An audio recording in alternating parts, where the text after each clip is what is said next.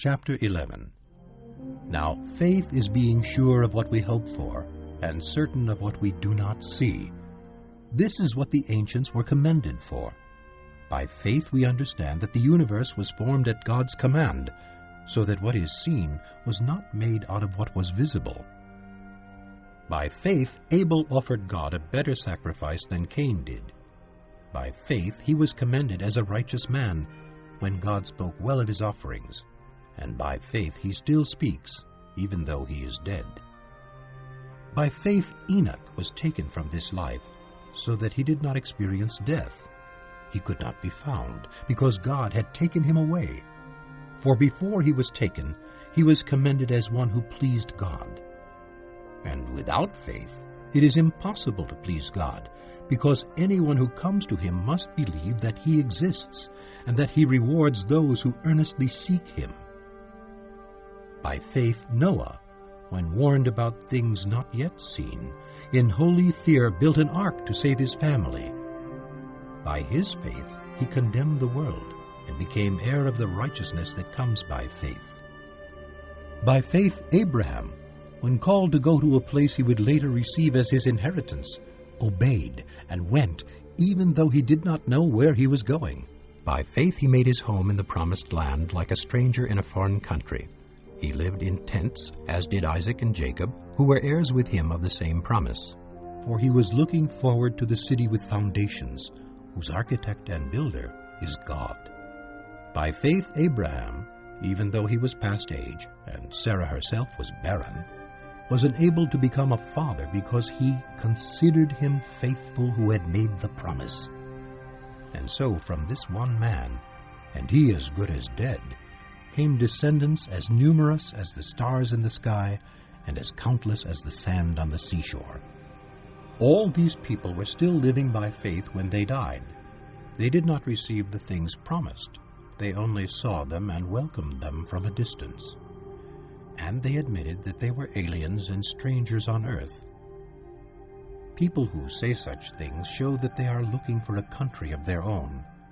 If they had been thinking of the country they had left, they would have had opportunity to return. Instead, they were longing for a better country, a heavenly one. Therefore God is not ashamed to be called their God, for he has prepared a city for them. By faith Abraham, when God tested him, offered Isaac as a sacrifice.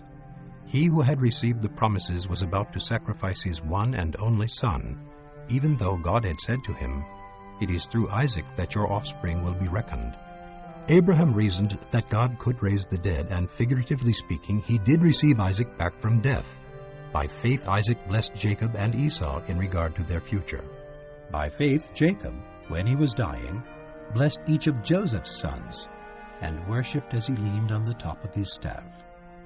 By faith Joseph, when his end was near, spoke about the exodus of the Israelites from Egypt, and gave instructions about his bones. By faith Moses' parents hid him for 3 months after he was born, because they saw he was no ordinary child, and they were not afraid of the king's edict.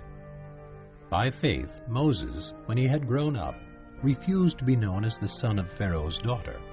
He chose to be mistreated along with the people of God, rather than to enjoy the pleasures of sin for a short time. He regarded disgrace for the sake of Christ as of greater value than the treasures of Egypt, because he was looking ahead to his reward. By faith he left Egypt, not fearing the king's anger. He persevered because he saw him who is invisible. By faith he kept the Passover and the sprinkling of blood, so that the destroyer of the firstborn would not touch the firstborn of Israel. By faith the people passed through the Red Sea as on dry land, but when the Egyptians tried to do so, they were drowned. By faith the walls of Jericho fell, after the people had marched around them for 7 days. By faith the prostitute Rahab, because she welcomed the spies, was not killed with those who were disobedient.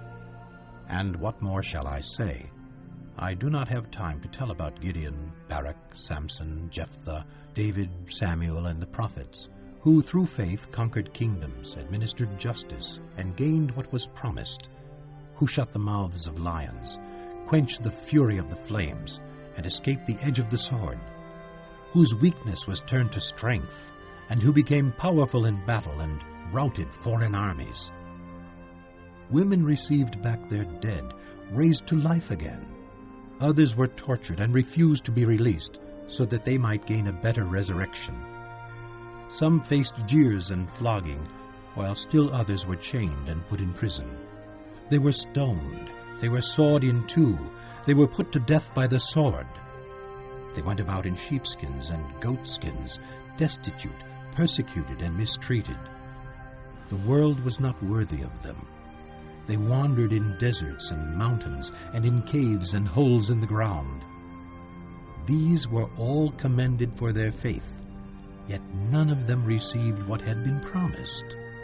God had planned something better for us, so that only together with us would they be made perfect.